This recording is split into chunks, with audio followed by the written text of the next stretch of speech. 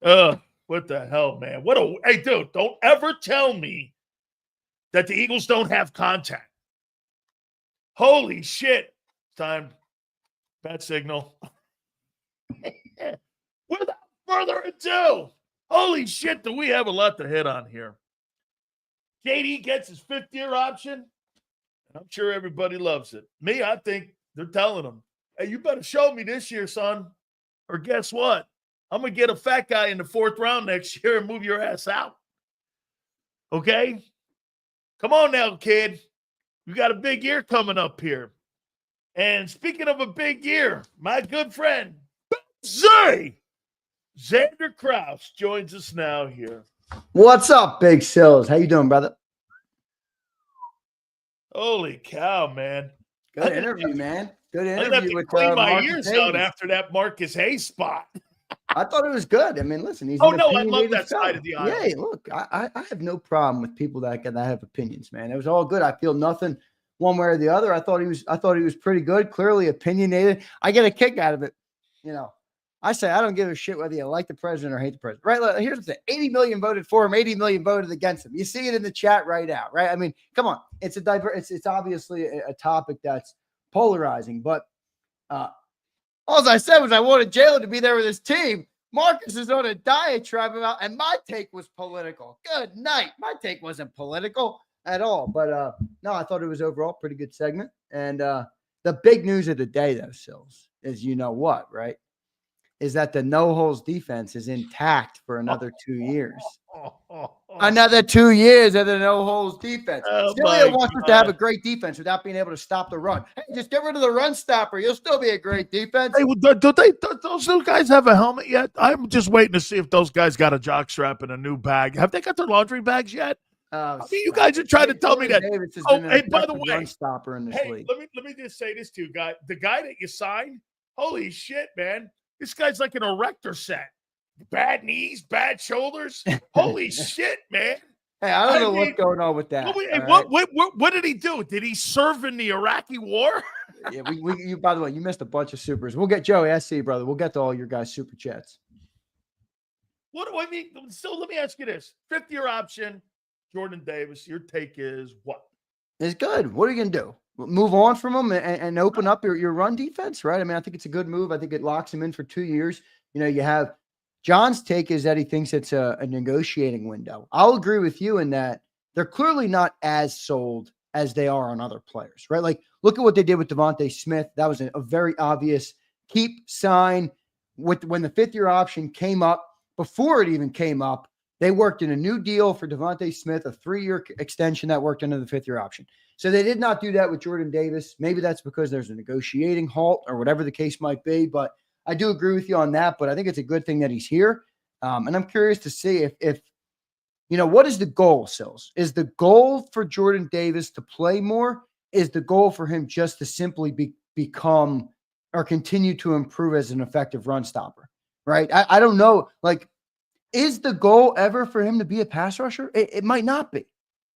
At this point, I think initially it was. I think initially it definitely was. But now I don't know if it is. You know, it might just be this is what it is. And by the way, it might make the contract negotiation cheaper for the Eagles. Well, we're only asking you to stop the run versus if they're asking them to, you know, go get the quarterback, that contract negotiation becomes more difficult.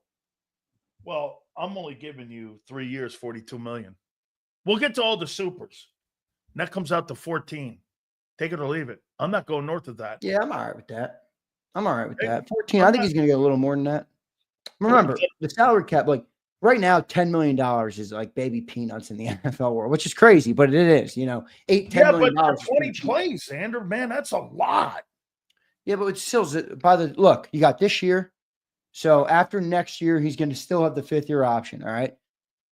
At this time next year, the cap's going to be up probably another 25, 30 million. Then you're going to be over $300 million in the cap. Now you're talking about 30, 35, 40. Who knows anything about compounding interest, all right? Where are my finance people? Where are the people that have stock accounts? Compounding interest.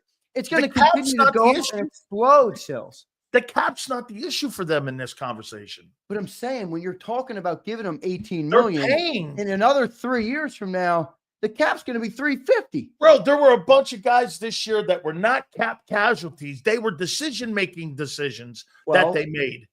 From what it was reported, from the way John spoke about it, from other people we had on our shows as well, it was more about the cash than the cap. Right. This summer. So it's not going to be like that going forward, though. Jeffrey Lurie said it. He said in public, I only know how to do it one way. I get it, but when I'm looking at a guy and I want to pay him, be cost efficient on paying him. See, right now at 12-9, picking the 50-year up, he's not a detriment to the team. He's totally not. But he becomes a financial casualty to the team. If you start looking at a guy playing as long and as much as Moro Ajomo does in a football season, that becomes a conversation. I'm paying that guy the same amount of money for a guy that plays the same amount who was a 7th rounder?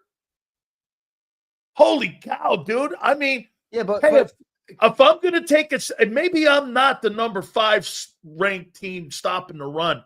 Maybe I'm number 12. Fuck, that's what they're thinking right now. Okay, they're not going to be near as good as they were a year ago, and nobody in their right mind should think that because, and I'm not saying they won't be, but dude, it took all those kids that they had all those years to develop into being something. Dude, having Cooper DeJean and Quinyon Mitchell polluted your brains because those guys didn't pollute my brain. Stop. Polluted your brain because most of the time those guys don't step in. And for the record, zone defense versus man, you can get James Bradbury to play that. And you did. I'm over the damn 13 overall pick, though, right? Like, I understand that he didn't do what you wanted at the 13th pick, but you cannot change that. The player is here now. I'm now evaluating him on, is he worth $13 million? I don't think he's productive.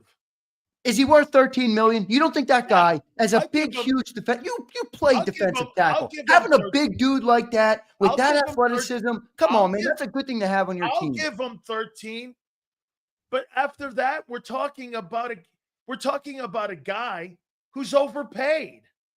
Not at $13 million, I don't think so. I said after that, we're talking about a guy who will be overpaid. Well, you're 2 years away from that. 3 years away from that. That's why it's important. Again, I don't have a problem with the 5th year. And the reason they gave him a 5th year instead of giving him a 3-year, they don't believe it. They don't believe it either. Or they would have. Dude, one thing the Eagles are very proactive on is their young players and giving extensions. I mean, you're cutting loose. Well, I agreed with you on that. And that's where I think, look, I think the true part of this conversation is you're right in that after 13 million, I think is where the conversation gets tough. And it might even get tough inside the Eagles organization. And that's probably why you haven't seen the extension done yet, because they might say Jordan's definitely worth 13 million, right? We want to keep Jordan Davis here. I think he is. But what is the limit?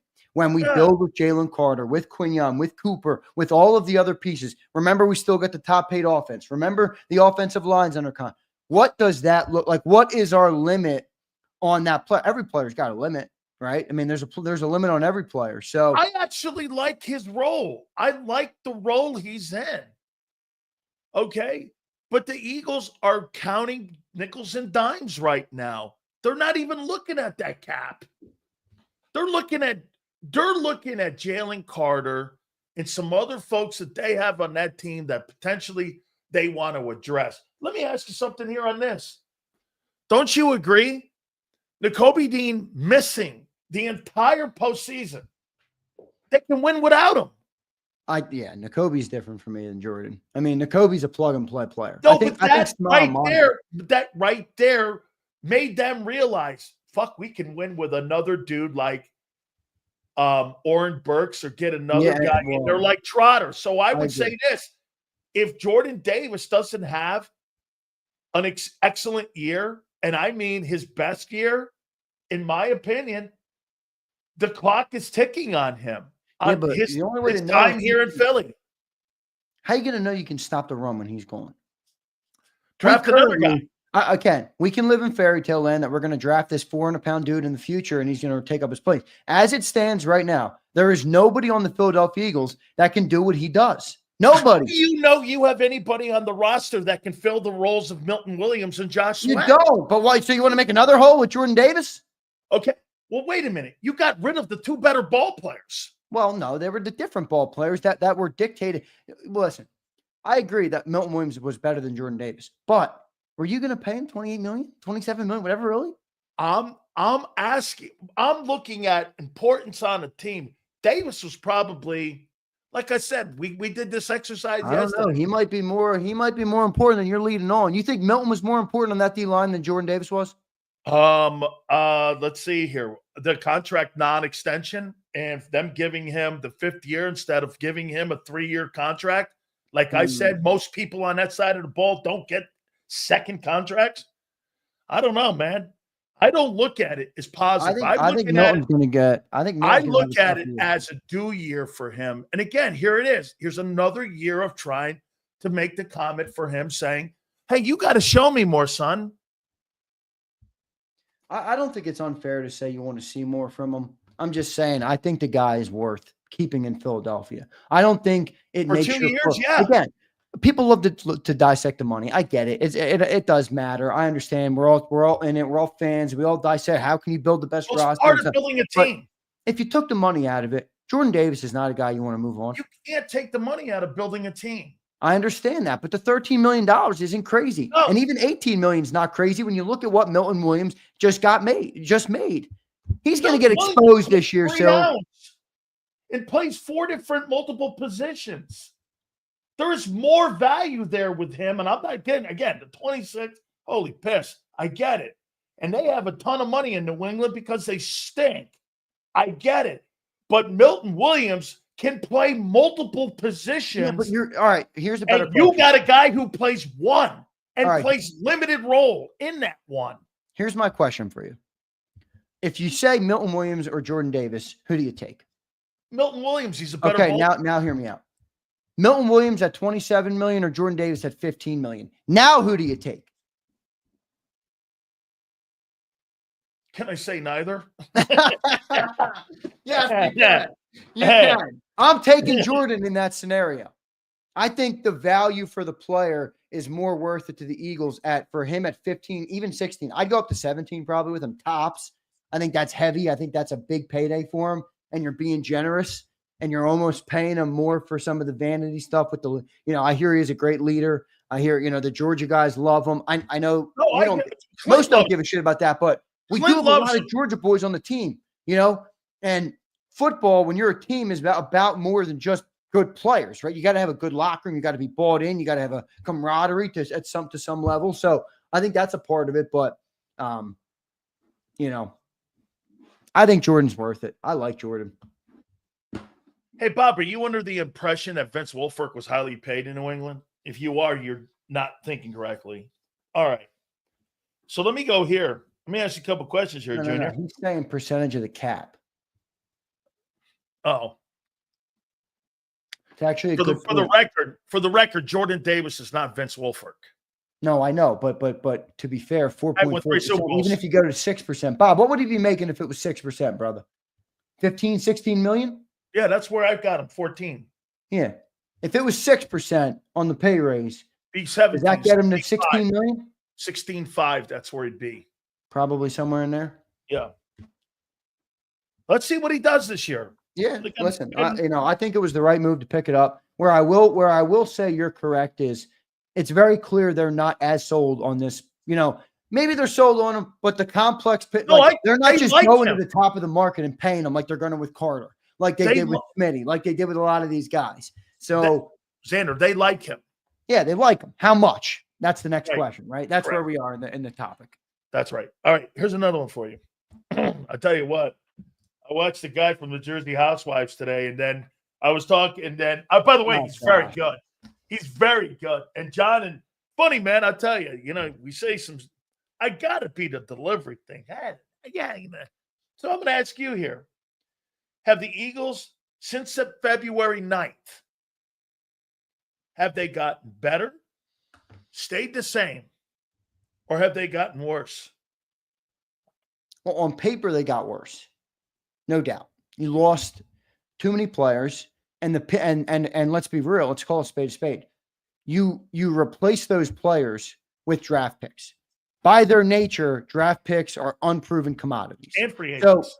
And free agents who are largely, let's be real, underwhelming to say the least. They didn't go out there and sign anybody that was that impressive. So I think you're worse on paper, but that doesn't mean that the upside might not be bigger. No. Yeah. So we'll see what happens. I will admit it's a little pie in the sky to say you're going to be better than you were last year. You were the best defense in football. I mean, by a wide margin. So my question is less about can we get the 1 overall or be that again. It's more about can we get to the level we need to be to compete for a Super Bowl championship? That is my question on the defense this year. You're right to point out we don't know what Campbell's going to be. We don't know what Ty Robinson's going to be. We don't know what Ringo or Sidney or Makuba. You're right to point that out. Can they be competent enough to get the team back to where it's a good enough defense to compete for a Super Bowl? That is my question. My estimation is that they will. For me, you're right. On April 30th, there's not a chance in hell I could sit here and say you're worse. I just think, and how I would phrase it would be, there's more question marks right now with more questionable players than you had questionable players a year ago. Because we can make that again? Well, what, you're more confident in Moro Ojomo than you were Milton Williams? We all knew Milton was good. Wait a second. Last year at this time, I was barely doing content, but when I started doing content, and John all agreed we had the worst linebacking core in the NFL. Correct. We had no clue what Cooper DeJean and Quinyon Mitchell were going to be. We had a Vontae Maddox and a James Bradbury who came off a brutal season. All right. So last year we had a lot of questions. I'm not saying that there's not a lot of questions this year, but last year at this time, bro, we thought that we were hoping to get the top 15, top 20. Remember? Let's take a look at that. Hold on here. Are you confident in your 2 edge rushers? This is going to sound crazy, but I might be more confident right now in Jalix Hunt than I am in Nolan Smith. And I know Jalix did not do a lot. He had 1.5 sacks in the season, but than you were a year ago. That dude looks like an edge rusher to me. I was watching some of his tape late in the year. I'm starting to warm to him even more. But do you like your edge rusher? He's going to fill out a little bit more. Remember, he was playing safety a little bit ago. So, but overall, to answer your question, I'm not as confident in the edge rushers coming in as I was last year. So wait, are you more confident in your edge rushers right now than you were a year ago? No. Okay. Last year you had Sweat, Brandon Graham still. Nolan was a project or a projection last year at this time, but you still had some guys coming back. Are you more confident in Moro Ojomo than you were Milton Williams at this time? I'm honestly going to say for me, it's pretty similar. I mean, probably Milton with a slight advantage, but Milton didn't really have a great breakout year until last year. He was the 4th rated interior defensive tackle, according to now. Whatever you think of PFF. Yeah, but how many snaps did he play? Remember, we had Fletcher Cox. Man, I've been saying for 3 years I thought the kid was a good ball player and that he was. I liked him a lot more. I mean, I'm not hating on Moro Ojomo. I think the kid for a 7th rounder, dude. I think the guy has really played well. He did a lot of reps a year ago. So again, I don't think your take's crazy, but I had more a year ago. I have more now than I did with Milton Williams. How about that offside linebacker outside of Bond? What are you going to do there if Dean's not ready? Are you confident? You're comfortable in Trotter Jr. to pick up the slack for Burks and for Dean? I'm more confident than I was last year, but that doesn't mean I'm confident. All right. So how about your ass? No, I'm more confident than last year, though. Okay. I mean, think about it. Last year we had coming into camp, Devin White was a linebacker that we thought was going to be our starting middle linebacker. Okay. For me, I have just as many questions as I have right now with that other linebacker because I don't believe Trotter is going to beat out the kid from Georgia. Who are we projecting to go next to Devin White at this time last year? Not this time, but like before the season. I thought it was Devin White and Dean. Was it Dean? Dean. Devin White. Yeah, we were projecting Dean. Devin was trash. Dean. Well, hey, remember though, we still had a lot of questions on Dean coming in last year, man. Of course. That's why I'm saying just as many. Okay. Remember how many snaps he played his first 2 years? I got it. Here, how about this? Did you have comfortable? Were you more comfortable with drafting the rookie, or were you more comfortable with Quinyon Mitchell or James Bradbury? A year ago, you were talking Bradbury, and then you drafted Q. Now you have Keely Ringo. So you basically have the same question mark at one corner. You don't have anything at that corner right now where you're You have bigger questions at the corner this year than last year, probably. How about that strong safety taking over for CJ? Probably advantage last year there because you knew CJ was coming back. So Okay. I don't know what the safety is going to be this year. Is it going to be Makuba? I don't know how Vic's going to use him. So here for me, I'm giving Makuba the advantage. I'm not sold on Sidney Brown. Okay, so that's a question here. So here's for me. I have your two edge rushers. 1, 2. I have Moro Jomo, not by a ton, but I felt better with Milton. One of your linebackers is a question mark. Your corner and your safety. That's 1, 2, 3, 4, 5, 6. Now, listen, I want everyone to follow along with what I'm going to say here. I'm not saying you can't have guys step in. I'm saying right now we're going to have to wait and see if they do step in. Yeah, that's fair. That's just common sense. Yep, I agree. That's common sense. Okay, and with the way that they've drafted, see what's happened here. Don't you think people are giving way too much credit to Howie instead of just seeing the process play itself out? Well, I mean, to give him the credit here, I mean, let's be candid here. I mean, we're debating Jordan Davis. Yeah, but let me ask you this. At what point does somebody earn, at least to some extent, a benefit of the doubt? Doesn't have to be full confidence, but if you do look at the team, remember, Eagles fans have watched Howie go from two different highest paid quarterbacks in the league and have a Super Bowl roster with both of them in a pretty short period of time. So I'm not saying you're wrong. You're not wrong. Like, hey, we are giving the benefit of the doubt to Howie, but I think in a large way, he's earned it. He's proven that we should be able to give him it. Maybe we're giving him too much. That's fair. But I think he's earned it to some extent. I think every year is different see, the way I look at team building, because of free agency and the amount of free agents you have every year, you don't have the latitude, no matter who it is, to sit there and think that, hey, the New England Patriots went on a 20-year run because of the quarterback they had in the building and because of the coach they had in picking defensive personnel. That ran out too. Okay? That ran out too. You had a 20-year run in New England. It's the greatest dynasty of all time in pro football. There's no getting around. Every year Brady was a Patriot. Every other year they went to the Super Bowl. Dare I say Nick Sirianni, Jalen loading? Or wait, am I not allowed to say that anymore because I wanted Hurts to go? Am I not allowed to say that anymore? That Jalen is going to be the leader of the dynasty Eagles. Hey, I happen to agree with Marcus. I happen to agree with Angelo, and I happen to agree with you, and I happen to agree with Howard. That thing doesn't matter anymore. It's over with. We're moving on to mini camps and training camps now. Yeah. Right. I'm done. I think that thing was a story of the moment, and it was a bad look for whomever you thought it was a bad look for. Okay, now or not a bad look, whatever you think. Again, a lot of people have different opinions on it. Yeah. I'm going to ask you. You see, I'm going to show you something here, Zander. See, Zander Krause is doing a very good job on Birds 365, and it's funny.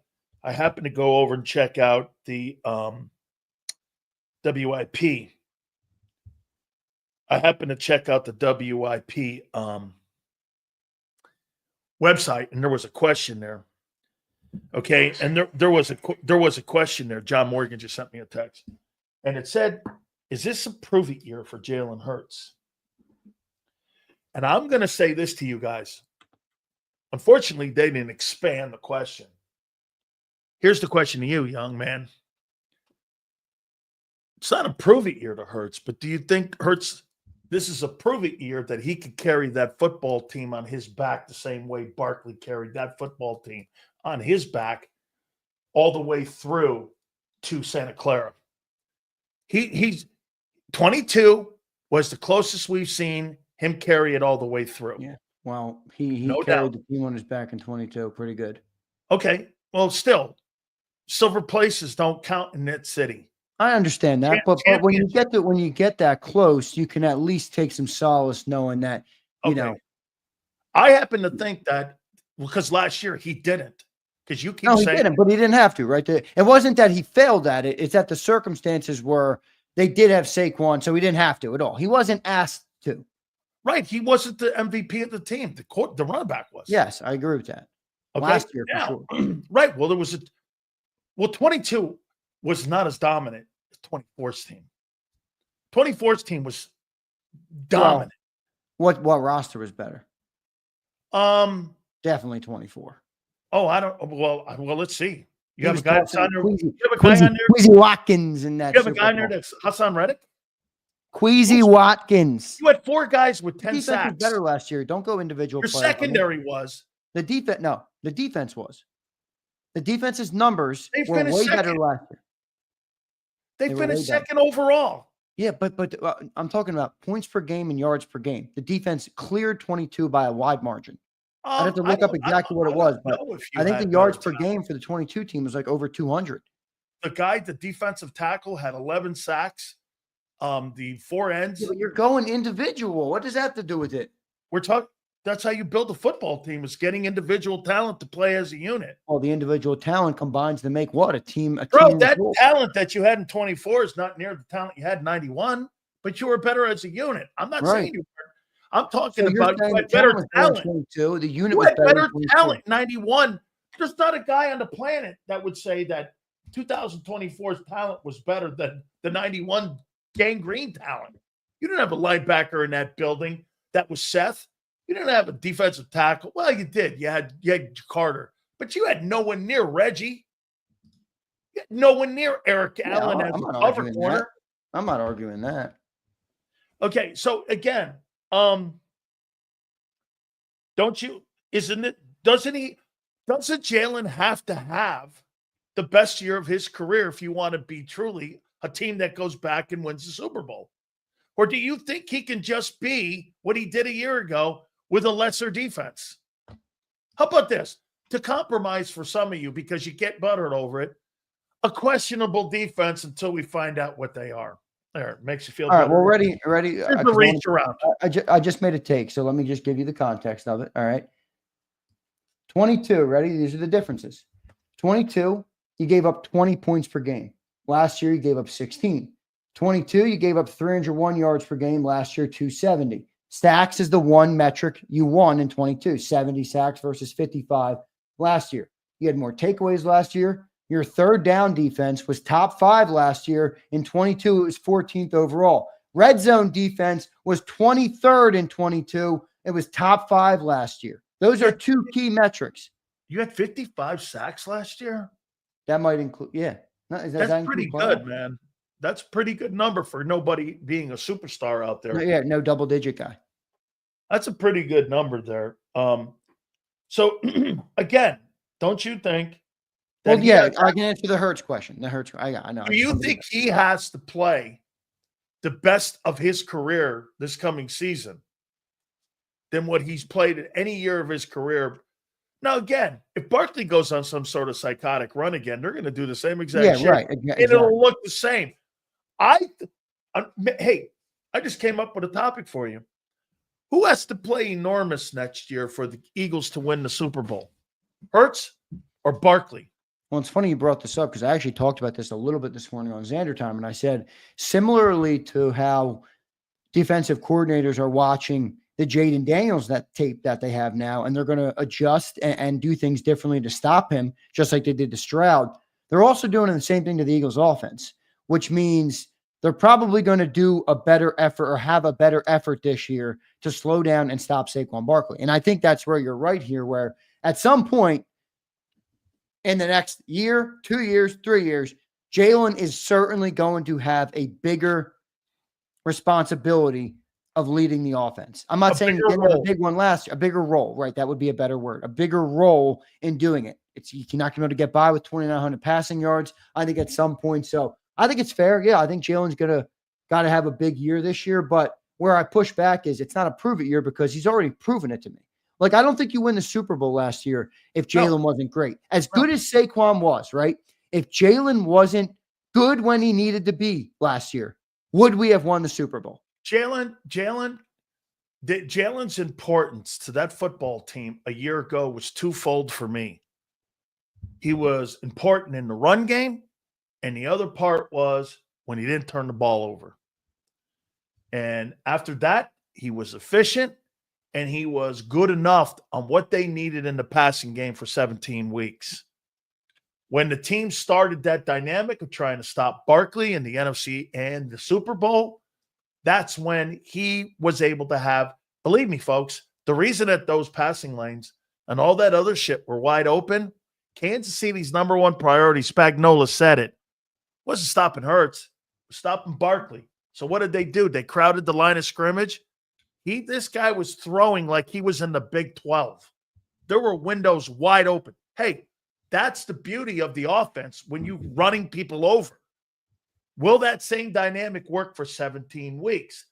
Here's how I would try to stop the Eagles coming up this year. And I don't know a lot of teams have the personnel. See, I heard Mike Gill say this. Have the Commanders. Yeah, I heard that too. Close the gap on the Eagles. My question would be, not the Commanders, has the NFC closed the gap to where you feel where you have enough personnel to slow down that O-line? And I still look at it like this. I think they closed the gap, but I think that gap was so wide that you're still monumental players away from catching that team. Now, that O-line, in my opinion, is the catalyst to this whole the only reason that you have a shot at going back to the Super Bowl, it's not Hurts, it's not Barkley, it's those 5 dudes.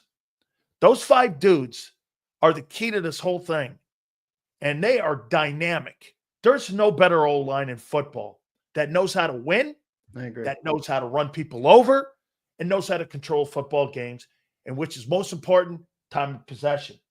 If that dynamic somehow gets taken off, I'm going to do everything in my power to stop Barkley. Jalen may win tons of games this year, but for me, it's all about making Jalen Hurts beat me, not Barkley. Barkley can't beat me. He's proven once he does beat me, they win. Exactly.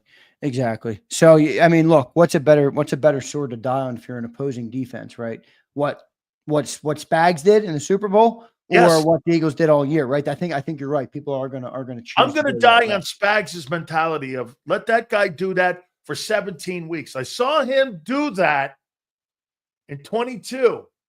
I saw him try to do that in 23, and he had 15 interceptions coming off that because what you said, teams are they're gonna come back. And what did they do, Zander? In 23, they adapted.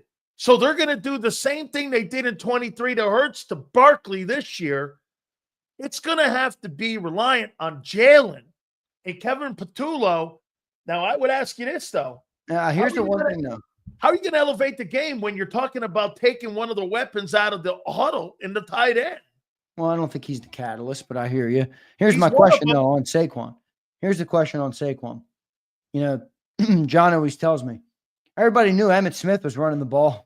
I mean, they could stop it, and I'm not saying Saquon's Emmitt, but I will say Saquon with that offensive line is pretty damn close.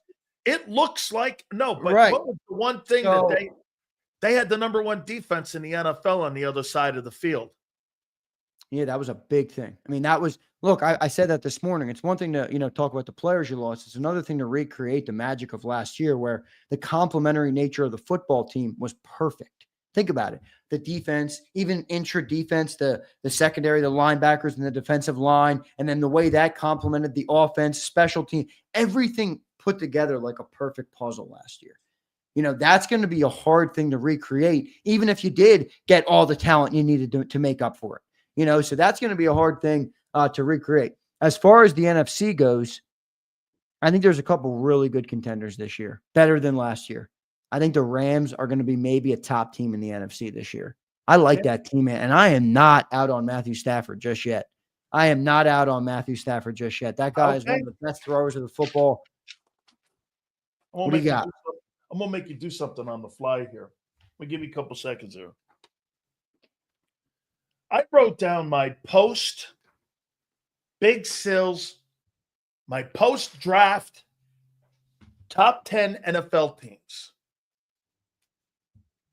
Post-draft and free agency. By the way, I think people are forgetting one more important date. You know what the next important date is? Cap Casualty Day, which means there's going to be would we not agree for some reason that Dallas Goedert is a financial casualty potentially to this roster? Right, Zander? Goddard? There's going to be other Goddards out there at other positions that are going to be cap casualties on other teams who are not as good with the cap as the Eagles are. Probably, so there's going to be potential to find somebody. June 1, you mean? Like you're talking post-June 1, you're talking? Post-June 1. Yeah. Teams have to get to 90 for training camp for July. And so there's going to be another date out there where you're going to go to a team and go, what are you going to do? And you're going to be able to find a guy. There's going to be some cap. If Dallas Goedert's going to be a June 1 cap casualty, the Eagles aren't alone. There's going to be other teams who don't do a good job. I'll tell you this, don't be shocked if you see more casualties coming out of San Francisco and what that team's got to deal with. I'm starting to think, hey, maybe Goddard's back, Sills. He was smiling up there with the team the other day when they were all together. Again, that doesn't mean much. He was smiling because his agent's telling me, you see the guy what he got in San Francisco? Yeah, and if I'm Howie, I'm saying, well, you ain't that guy, brother. He's not. You ain't that guy. So don't even look. Don't even take a sniff of that. All right. 14, take it or leave it. Take it or leave it, guy. He's not George Kittle. I think he could be back. I think Goddard could be back. We'll get all of our supers, I promise you. We got a lot of them. We got to rip through some of them. It's gonna be okay. We're gonna get to them right after this. Here on Super Chat Day coming. Number 10. This is the post-draft Big Sills top 10. All right. Should I try and make one on the fly? I don't know if I can. Make one on the fly here. All right. I'll see if I can do it. The only reason I'm putting the Chargers down here at 10 is because I think their defense is better than the Bengals. And the Bengals have to show me that they're better than 28th. Okay? I think the Chargers with Derwin James and them dudes on that side of the ball, I think they're a good football team, and I think they're better, and I got them ranked number 10. And I love Jim Harbaugh, and I think they're rolling in the right direction. I don't know how high that means, but I do think I got them at number 10. Real quick, you're doing top best rosters or you think best teams? I guess it's the same thing. Best teams post-draft. Okay. Number 9. Boy, I'll tell you, man. The more and more I look at the Buccaneer roster, the more and more I like it. I think the Buccaneers are a dark horse team to go a long way this season. I got to see a couple guys, especially they got to stay healthy at the wide receiver spot. The quarterback's got to continue to evolve. They want to see a little more at a tight end position. But, boy, I'll tell you something, man. A little bit at the corners, too. But I love Antonio Winfield. I got the Bucs sitting at 9.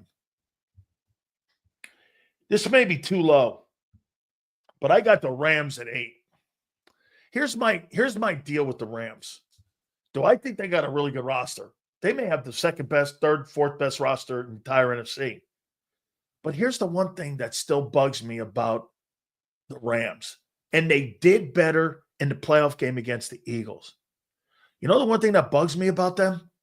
When the Eagles felt like being physical, they beat the fuck out of them. They got to be a little more physical for me. If you want to beat the Eagles up, you can't box the Eagles. You got to fight the Eagles. And I think they try boxing you because that offense is really kind of like, it's a finesse offense. It's not a power offense. Yeah, right. The Eagles are a powerful team on both sides of the ball. You can't get out there and start jabbing with the Eagles. They're going to fucking knock you out with, you know what you'll do? Same thing happened in the Eagle-Ram game in the regular season. What happened? Rams came out, they were jabbing, got all the way down to the 10, and what happened? Eagles threw a haymaker, shut them up. It was over. Now, they got better in the playoff game because they knew they were going to be in a fist fight. And they played him like it was a fist fight. But they got to play like that all the time.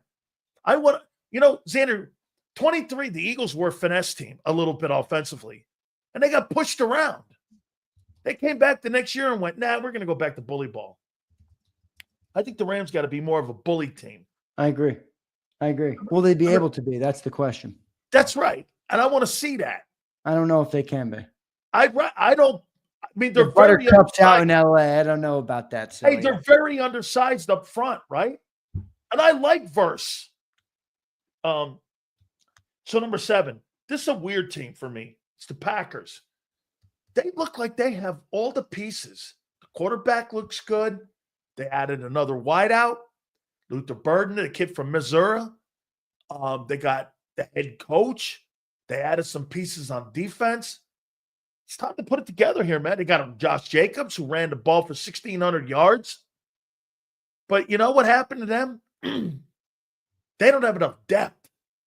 They got banged up at certain positions. How many weeks did we do this about the Packers, Zander?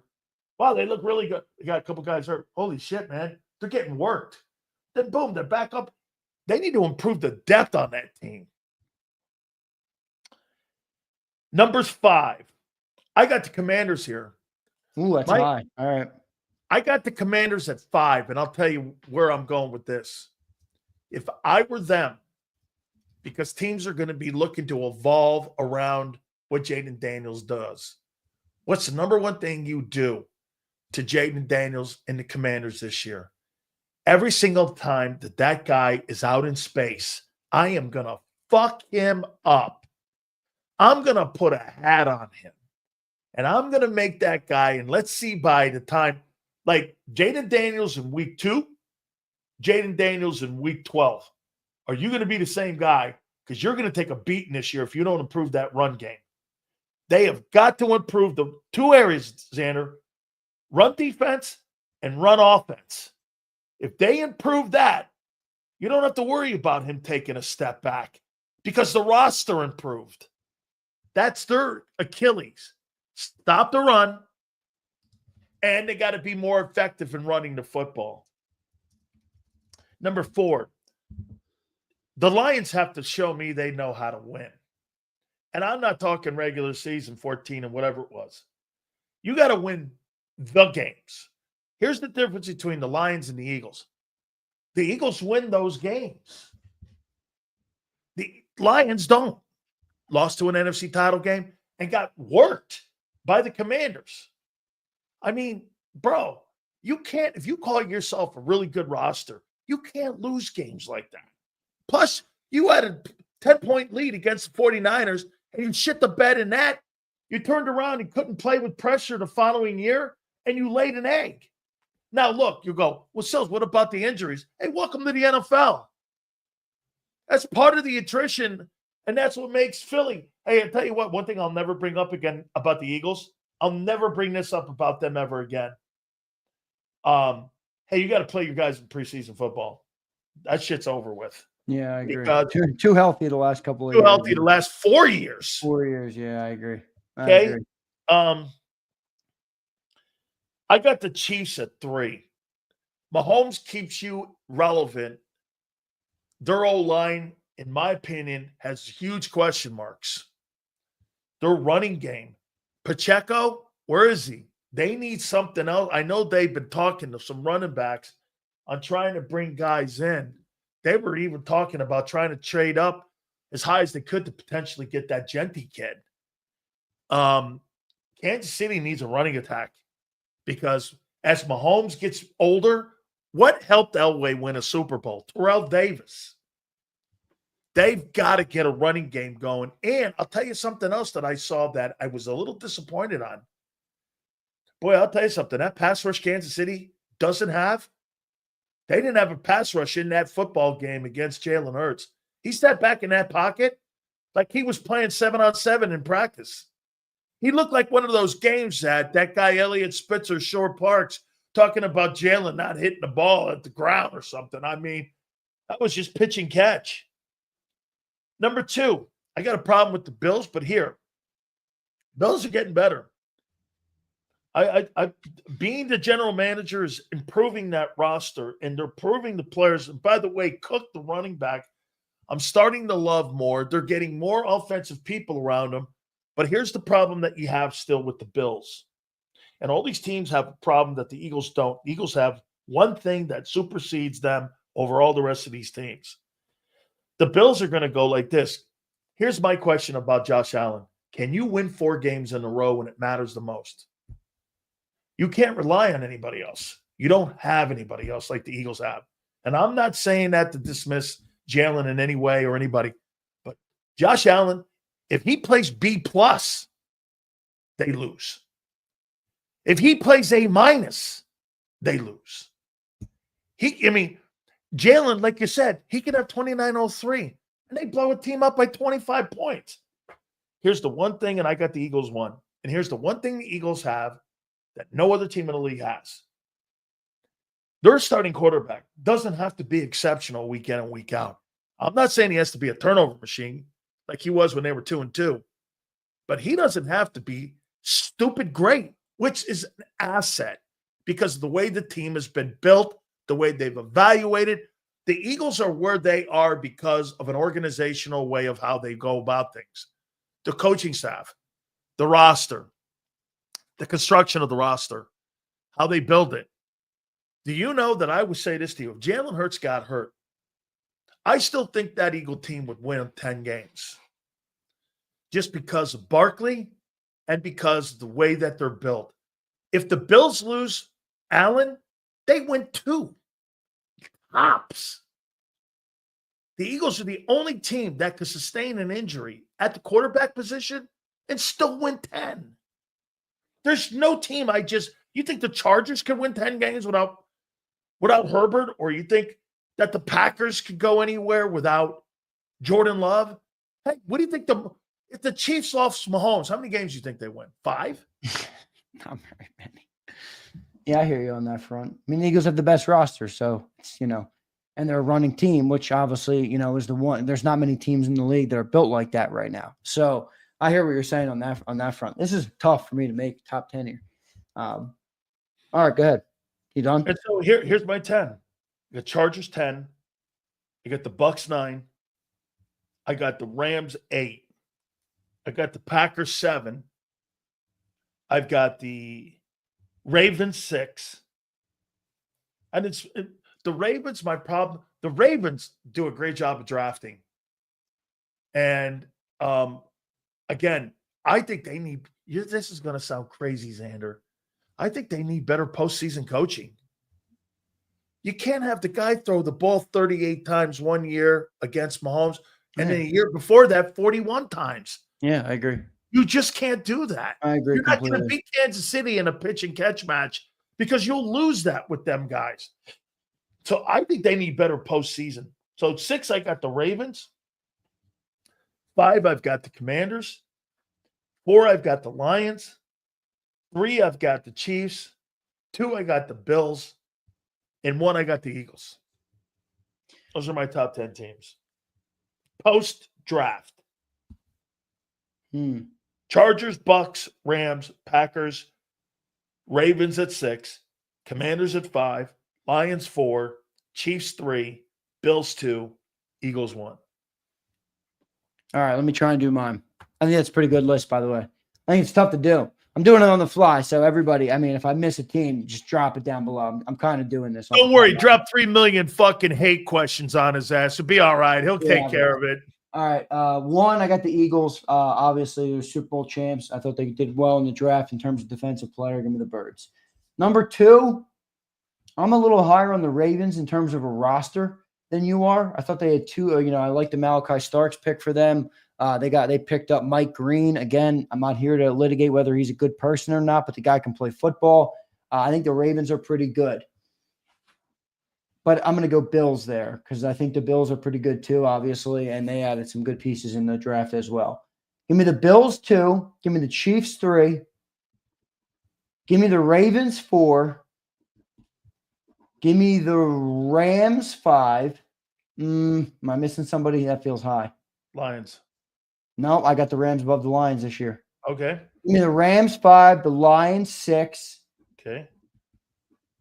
Give me the Commanders 7. Okay. Shit, man. Texans 8. Texans. Okay. I think they did pretty well. They added a couple Oh, receivers. I don't know how many receivers they need down there, but they drafted hey, 2 more. they got a great front office. Yeah, they have a good front office.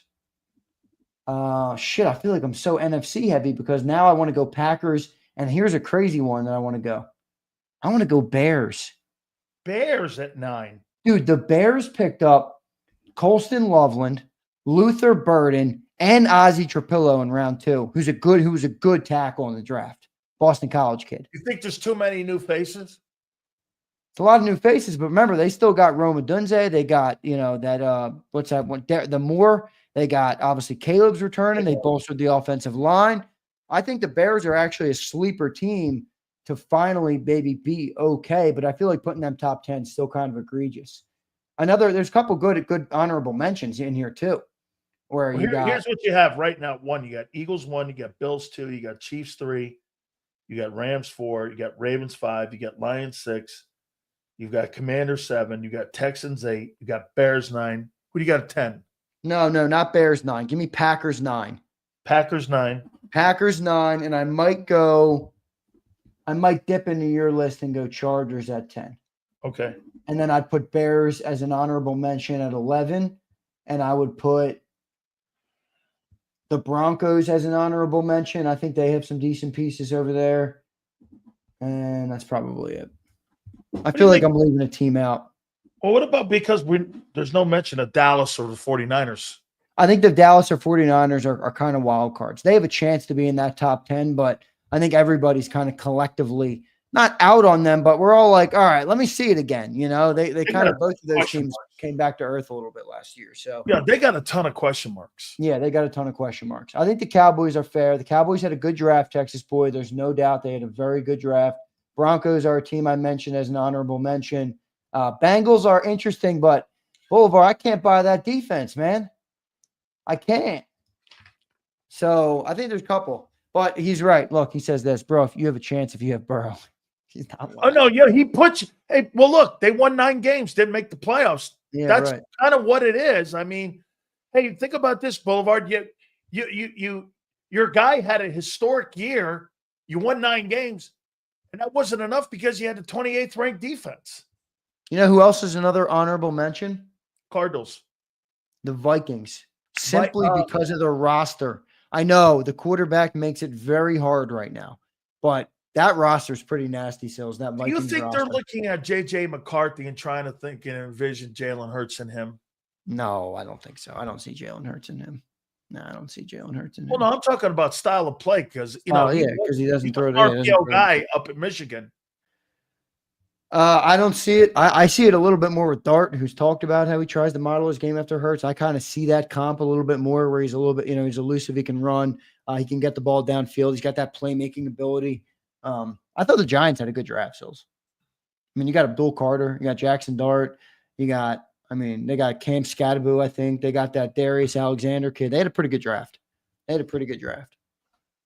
Still the Giants. I mean, you're gonna have to go out there and put it all together here. All right, let's do these supers, dude. Oh, let's do it. Kyle Kokorski, what's up, brother? Zander and Sills, keep an eye on Greg Newsome from the Browns. Yeah, they got a lot of that could be an interesting one because they got a lot of dudes they're paying over there on defense. So, hey, by the way, they're not keeping 4 quarterbacks in Cleveland. Who do you think plays there? I'm so fascinated in this Cleveland quarterback situation. Got to think Flacco's out, right? I don't know. Flacco won the comeback player of the year ago 2 years ago. I know, but I'm talking about you're building the team for the future. Wait a minute. I'll tell you why he's not out. He's not out because Stefanski's job's on the line, dude. Right. They gotta win. They gotta win now and doing project. So let's do this. Yeah, but even if you win with Flacco, that's not going to save Stefanski. What if you showed the owner that the team looks good for the future? You got to show him you got a quarterback. So Watson's not playing at all this year. Flacco, Pickett, Dylan Gabriel, and Shador. I think Pickett might be out. Listen, hear me out. They're not cutting the third round pick, Gabriel. No way. Okay. So lock him in. Third round pick, they're not cutting him. There's a 0% chance they cut him. Lock Gabriel in. You're going to toss Shedeur Sanders in the practice squad? Again, I'm not saying he's going to be on merit. He would be a top 3, but he's probably going to get swooped up real quick. I don't know if that firestorm of the media that would come with that would is necessarily something that the Browns want. I think they got trash at quarterbacks. Bro, they're going Flacco. This is what they're doing. Flacco, Gabriel, and then they're going to put Shedeur as the third. The 49er rule third quarterback. Yeah. Pickett's done. Kenny Smallhands is done. I gotta do one last Kenny thing. Two Hands. Kenny Two Gloves. I gotta do one last thing here before we get to supers here. So wait a minute here. I did this, man. This was kind of really wild here. So look at what the NFL did here. This is wonderful, man. So if you go to NFL Shop right now, the number 1 jersey that they have up over the Super Bowl fucking MVP. Bullshit. Shedeur Sanders. The second one's Barkley. The third one, prisoner of the moment. Jalen 2903 Hurts. Yeah, man. They're putting Super Bowl is now old news. So they're putting a 5th rounder selling his jersey more than they are the Super Bowl MVP. Holy cow. Stop it. Man. NFL Shop. What were we talking about before we went to the Browns? Be the face of the how can he be the face of the league when he's not even the face of his own team? Drew Down checking in. How much do you guys believe Barkley will be stopped? No, I don't. Yeah, I don't know. I'm leaning Emmett. You're not stopping Hey, out dude. of the line. Hey, Drew, the only way he's stopped if he gets hurt. Knock on wood. I just don't see how you stop. It's one thing to say, all right, we're going to take away Barkley. How do you stop the Eagles' offensive line? You're not. Is there a way to stop the Eagles' offensive line legally in football? No. I don't know. No. Drew, appreciate it. Kyle, thanks for the love today, man. Bunch of supers from you. We appreciate you. Sills and Zander, why do I got this feeling about the Virginia Tech kid is taking Huff's job? Well, it's possible. What's Huff doing? Hey, you know why you like him? Because you see a lot of production in the kid. You see 2 years, 25 sacks. Yeah. You know why? When you get taken from the 3rd round to the 7th round, the measurables are taken off the board and you start looking at production. Was the player productive? Because remember, the reason you go in latter rounds is because of the measurables. So if you're taking those measurables out and you're looking at, well, is the kid productive? Does he make plays? Okay, well, look at Shamir Stewart. That's all measurable, right? He has no production. This kid's got more production than the guy who went from Texas A&M. I think it's an interesting pick. I think that's probably a Vic parachuting in going, hey, the guy makes plays. Yeah, he doesn't have the measurables, I guess. So some people are out on him, but he's a 6th-round pick. Let's see what happens. Brian Pope, what up, Pope? What a magnificent day. Starters, Project 89, my 7th, Heaven Keeley, and Sid the Kid. The Frozen One, LeBron, Ramon James, eliminated by Ant-Man today. You excited? I'm actually excited for that game. I'm going to watch that. See, this is where Sileo is so right sometimes. Look at how this is the most fascinated NBA game I've been in a while. One, LeBron James, obviously one of the most polarizing players, one of the best players to ever play in the NBA. And now you got what? You got a villain. You got a guy who's in his face, 23, 24 years old, saying, I don't give a shit who you are. I'm coming for you. I mean, that's good TV. NBA needs more of that, man. NBA needs more of that. Sports, when you have a villain in sports, it's the best thing on the planet. It helps sell sports. Boulevard says Luka's going to drop 50. Who you got tonight? I'm taking the T-Wolves. I ain't taking the Lakers. You talk about a team that melts on ice. I'm taking the Wolves, man. That dude, Anthony Edwards got ice in his veins. He doesn't give a shit. I love that player. Hey, one thing that Shannon is right on, man. I'll tell you what, mask and all. It ain't the Lakers in 5. It's the T-Wolves in 5. T-Wolves in 5. Lakers in 5. That's so funny. Yeah. All right, here we go. Devin, thank you, bro.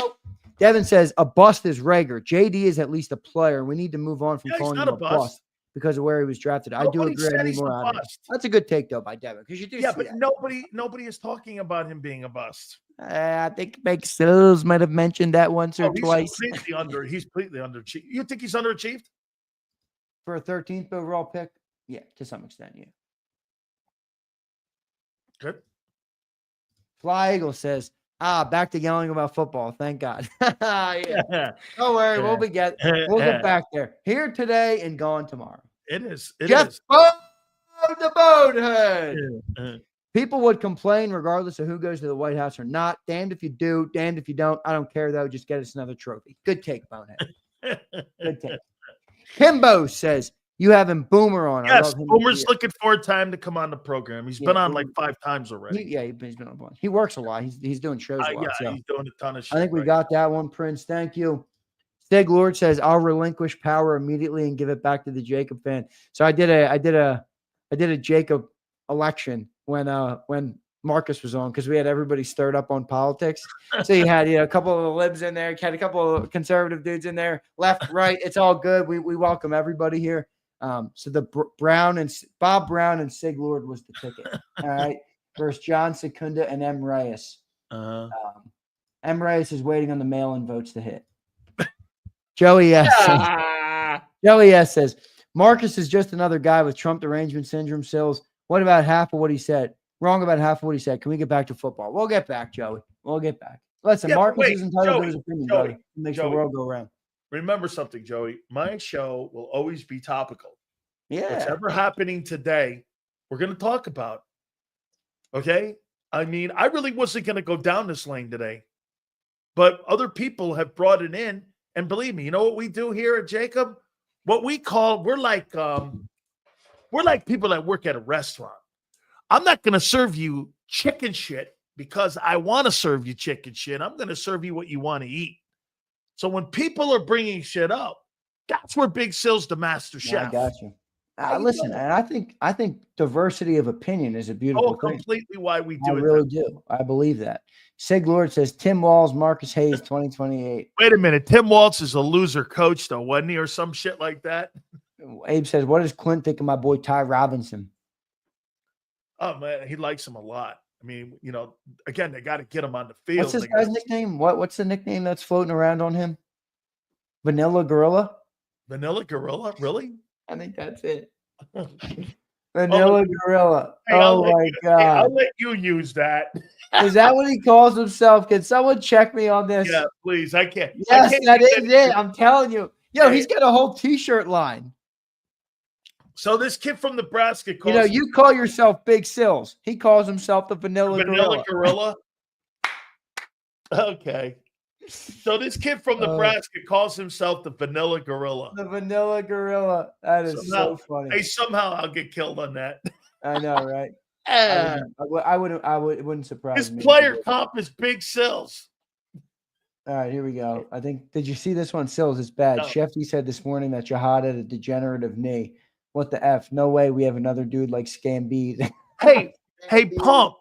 Scambede is the worst than Pumper. Hey, Pump, it sounds like this guy stepped on a landmine or something, man. When he stepped on a landmine and how he went out, we put him back together again. He's a good player here.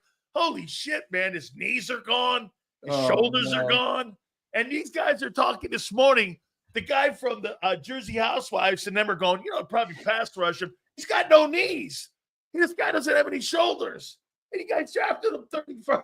I don't know what's going on. I'll tell you what, that report of plural from Albert Breer was tough to read. I'll tell you that much. Boy, look at Prince. He says these nicknames are racist as hell. First it was Exciting Whites, now Vanilla Grill. Prince, these people are out of pocket, bro.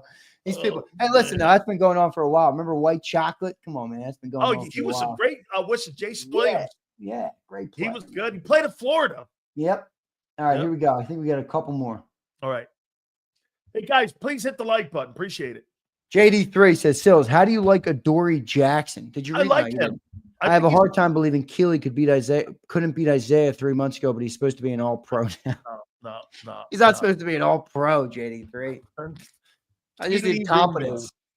Keely Ringo. I don't know. I need competence. Yeah. I need competence from him. The massive holes defense is back. Oh, you got this one with Olbrook apologizing. What? This prank. Are we serious? They dished out like $350,000 in fines. Half the draft gets prank called. What are we doing here? This is where I have been a fan of Shador, and I will acknowledge that this is what teams don't want. This dude is a freaking media hellstorm. All right, one way or another. Hey, greatest fifth-round pick I've ever seen. I know. It's hilarious. I mean, and they're finding teams because of it. What about the dude in Abdul Carter got a prank call last year? Cooper DeJean. Everybody gets prank calls nowadays. You see the guy, though, man. I mean, the D coordinator guy. I was going, oh, my. This ain't working for me, man. I mean, holy shit, man. We live in such a soft-ass community, man, nowadays where we have to apologize for the dumbest shit. I ain't apologizing about shit. People want me to apologize. Get in line. No. Hey, I'll tell you what I think. No. Hey, you'd be apologizing if 2903 don't get it done this year, Junior. Oh, yeah. We'll see what happens. I recall you saying the same bullshit a year ago. Hey, don't worry. We had a parade on Broad Street, which you skipped because you're afraid to face the music. Oh, look at that. Look at that. He's bringing up, look at that. See, he's bringing up markers on me. Yo, look, we had a couple people who were there. Flexen, you were at the parade with Jacob. Callie Baby was at the parade with Jacob. Mike Berger. Should Sileo have been there? Yes. Look at this guy. He says 100 men versus one vanilla gorilla. Yeah. You got to be kidding me. Top. So wait a minute here. You got to be kidding me, man. Hey, Jalen. That is hilarious, dude. I'll tell you what. Me and Jerome versus a couple, like 20 dudes. And our day, I might take that. Buddy, you're a crimpet. I'll roll you down the street. All right, now I could jump over a stack of pennies. I could jump take over you and pennies. roll you home. Friggin' sales, I'll roll you home. All right, that's good. Wait, here we go. $1,000 donation if Hayes talks like that to 5 Marines. Yeah, well, hey man, take the 1,000, man. Hollywood, keep it. By the way, Hollywood, thank you for the other day, man. You were awesome, and I appreciate that. I posted some Hogan, shit too. our guy, my guy, shoot catch, man. He dropped the 500. That was a cool day. That was, man. You guys are really awesome here. There's one more. Campbell is Doc Holliday. Got 2 knees, 1 for each of you. Yeah. Holy cow, this guy Campbell, man. Seriously, man, he's a war veteran already. Yeah, man. The Vanilla Gorilla is hilarious. Wait, you want to see his merch line? Yeah, let me see it. Let me pull it up. Gorilla. The Vanilla Gorilla. Vanilla Gorilla, Ty Robinson. Ty Robinson, defensive tackle from Nebraska, nicknamed the Vanilla Gorilla. Dude, look at this, dude. This is so funny. You're going to love this. You are going to love this. Oh, my God. If it looks – let me see. Look at this thing. Are you kidding me, dude? The Vanilla Gorilla. There you go. You get it for your wife, get it for your daughter, get it for your son. I actually like that. Dude, it's sick. I think it's fire. Yeah. The Vanilla Gorilla with the Ty logo. Did you like that Chris Hinton interview? Oh, yesterday? Great, dude. Chris Hinton interview was dope. Really dope. Yeah, I thought it was cool, man. It's cool to hear from him. He's a under the radar, incredible NFL player, isn't he? Guy's got a better resume than Lane Johnson. 8 Pro Bowls and all pros. 8 of them. He was well spoken. He's the first rookie. He's the first rookie to ever be named to the Pro Bowl. And he's the first player to be named to the Pro Bowl at 4 different positions. Right guard, left guard, and left tackle. Bro, how's he not in Pro Football Hall of Fame? I don't know. How has he not even been talked about? I've never, in my 15 years working with those guys, I've never, ever saw his name. Look, people want to give away the Vanilla Gorilla merch. I like that, man. I'll let you guys buy that on your own time. I'll stick to giving away Eagles shit. I got a bunch of giveaways I got to send out for the people who I owe giveaways to. Don't worry, I'll get them out. I'm way behind on everything. Big Z. Great stuff, brother. Keep up the great work here, man. What's the best nicknames ever? I like Pistol Pete. Let me see. Greatest nickname. The Kansas Comet. with Let's see Sayers. what I can get here. Sweetness, Walter Payton. Prime Yeah. time's a good one. Prime time's a good one. Great one. Playmaker. Yeah, Playmaker's great. Megatron's dope. Weapon Megatron. X, How about Ant-Man? Beast Mode. That's good. Ant-Man's good. I mean, the Black Mamba. How about Black Mamba's dope. how about The Chocolate Answer. Thunder? The How about Answer's banging. Chocolate Thunder? Chocolate Thunder's fire. Yeah. Dr. J, the Doctor. He's good. Man, that's a great nickname. The Dr. Sultan of SWAT, the Great Bambino. Dude, that's The legendary. Great Bambino. Are you Neon kidding me? Dion's good too. The great one, Wayne Gretzky. That's The not great okay. one. Yep. Super Air Mario, Jordan. Mario O'Neal. Iron Mike. Iron Mike, Air Jordan. Air Jordans. I mean, that's the best one. Let's be real. That's Come the on, most iconic one. How All right? about the Diesel? That's good. Who's that? Diesel. Shaq. Oh, right. Yeah. Notorious Conor McGregor. Wilt The the Gypsy Stilt. King. How about Wilt the Stute or the Dipper? Hakeem the Dream. Weapon X is good. Honey Badger's pretty good. Oh, I like that. Bone Crusher. I love that one. Yeah, he does. Broadway Joe. Yeah, Bone Crusher's great. Yeah. Hakeem the Hey, Dream. That's a good one. oh, I love that. Broadway Joe. Megatron's great. I mean, that's a great nickname. Too Tall Jones that's a great one. Big King Silk. James. how you King doing? James is good. King James is a good James name. Good. Black Mamba, I like, obviously. Look at 5. There's some good ones. Prince, good question, bro. That was fun. There's some The good names out Iceman. there. George Gervin. There's some good ones. The Boz. Brian. Oh, the Slim Reaper. Oh, Does Jalen have a nickname? What's Jalen's nickname? Anything? no show. 2903? No show. No show. He shares 2 best games ever in the Super Bowl. No show. Oh, BS. No show. 2903 would be more applicable than no show. Hey, wait a minute. His name. Wait, I got one for you. Look Let's at see here. Flex. Look at Flex. I'm not saying it. I'm not saying it. I'm not saying it, Flex. How about Whoopi Hurts? Oh, BS with that. 2903 is maybe applicable. The Golden Boy. I like that Boulevard. Yeah, There you go. that's a good one too, man. Jalen Two Shoes. Yeah, you don't want to make that your overall one. You don't want to make that your overall nickname. How about the Barkley doll? The Winford Trump, that Trumpy doll. Oh, God.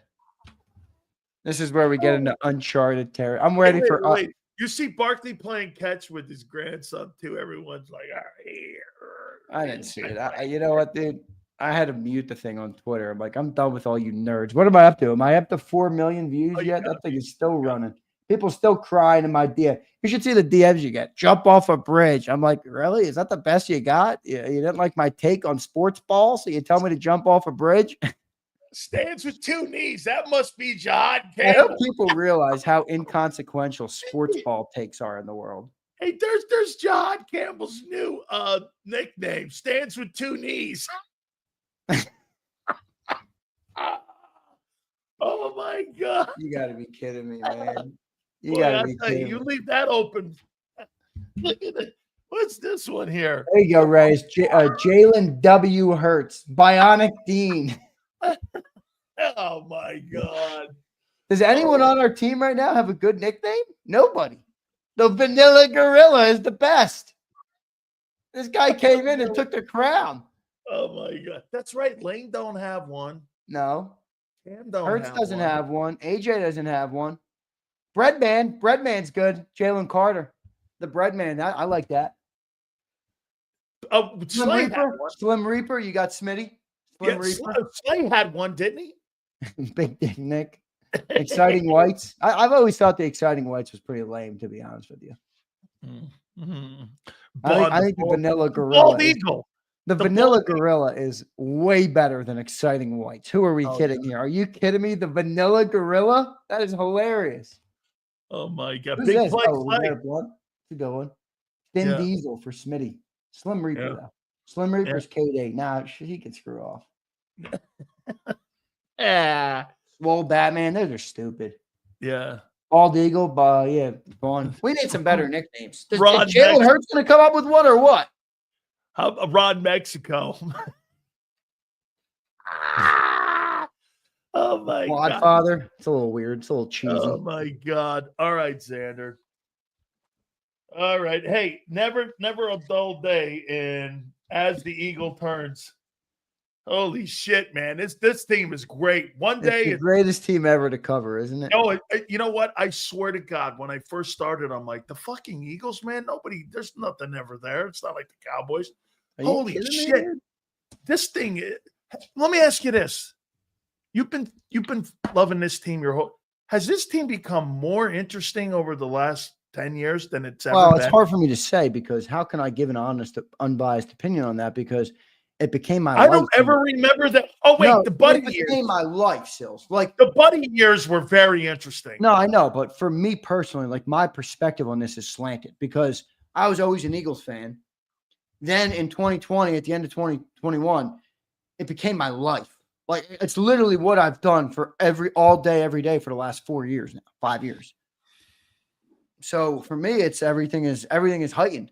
I mean, I can't even say I wish the quarterback went to the White House without, everybody throwing their panties into a bind. So everything is heightened now for me.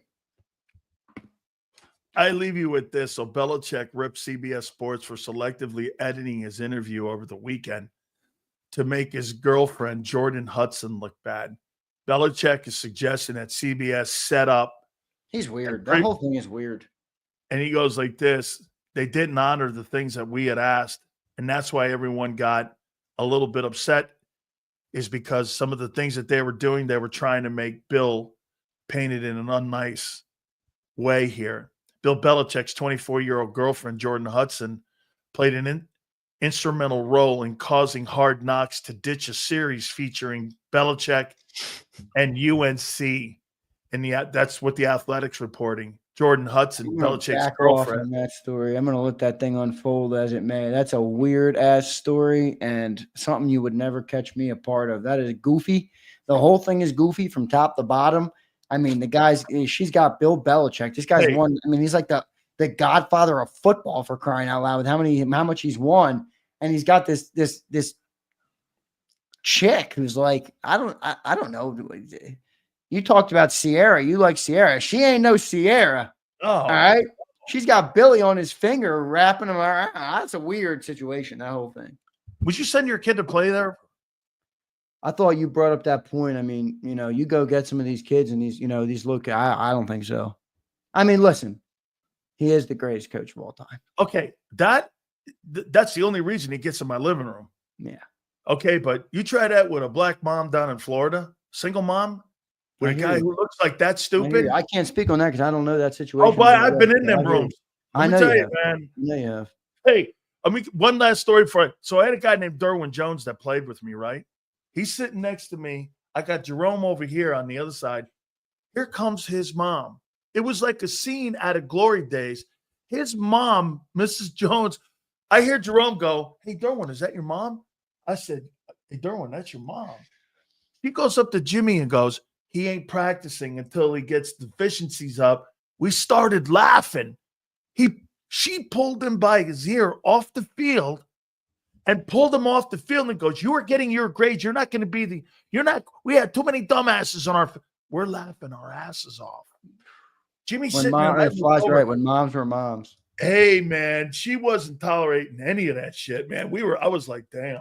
I looked over and Jerome's like, wait, give credit to M. Reyes. Bill Bella whipped.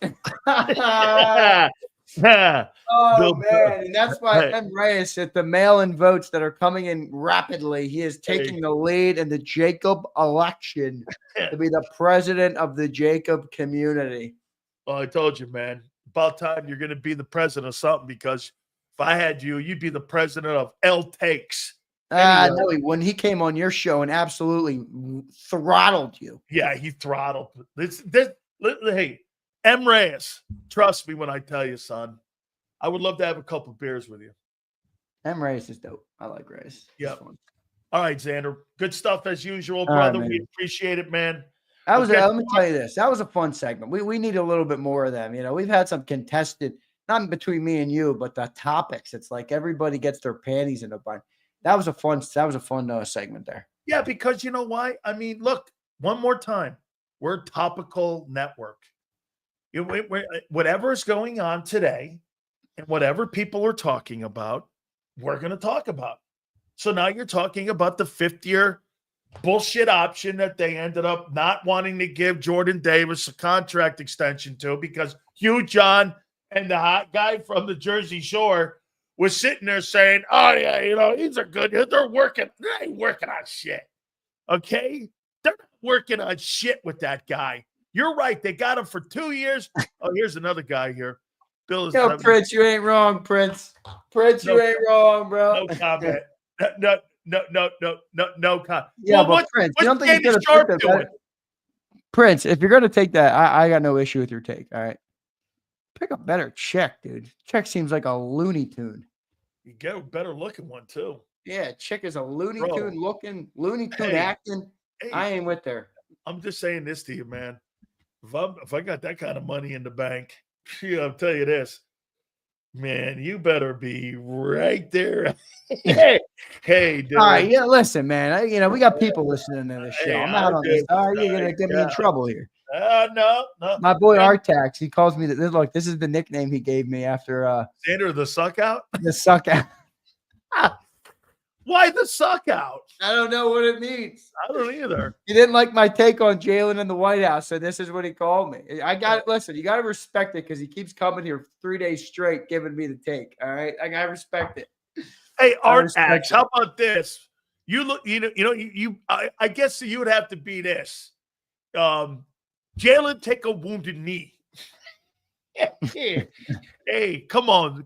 Hey, guy goes to the White House, so what, man? I don't give a shit anymore. My wife did say something, though. It is. It's a very funny word. What? Said what? My wife did say that, though, man. She goes like, what if Michael didn't want you to do something? What would you do? And she's right. I hear you. My friend was offended. My wife was set dead on. She goes, I heard you talking your bullshit. And then she goes like this. She goes, what if Michael or Jerome came to you and asked you? Dude, I went to a Klan rally and broke it up with Jerome Brown. I know. Yeah, that story is great. Okay. Yeah, I get that. What if you asked them, to go? They do it too. They would. Opposite way, yeah. You heard Michael when he came on. I love you, man. You know how much I love you. We've been friends. That was good. By the way, have you seen that interview? Blew up. Oh, did it? Well, it's not blew up, but it's doing pretty good. All right, dude. I appreciate you, brother. All right, man. You guys are hilarious. That was a funny ass segment. Sills is funny, and the chat is even funnier. So good stuff all around, brother. You got it, my friends. I appreciate it, Zander. Thank you, big brother. All right, man.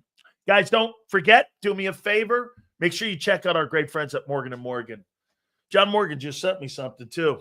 It's pretty interesting. I'll share it with you guys here in a minute. #1 injury law firm in America with over $30 billion recovered for families all across the country. Family in Pennsylvania, I tell you about, they initially offered them $650K. They ended up getting $30 million for that family. Like the one in Florida as well. That family in Florida was offered $300,000. They ended up getting $12 million. Why is Morgan & Morgan important? And why do they win? Because they win. When you sign up with them, they win their cases. It's why they're #1. You ever injured? Please do me a favor and check out our friends at forthepeople.com/big sales or pound law 529. That's forthepeople.com/big sales or pound law 529. And do me a favor, you tell them Big Sales sent you. This is Eric. When he got injured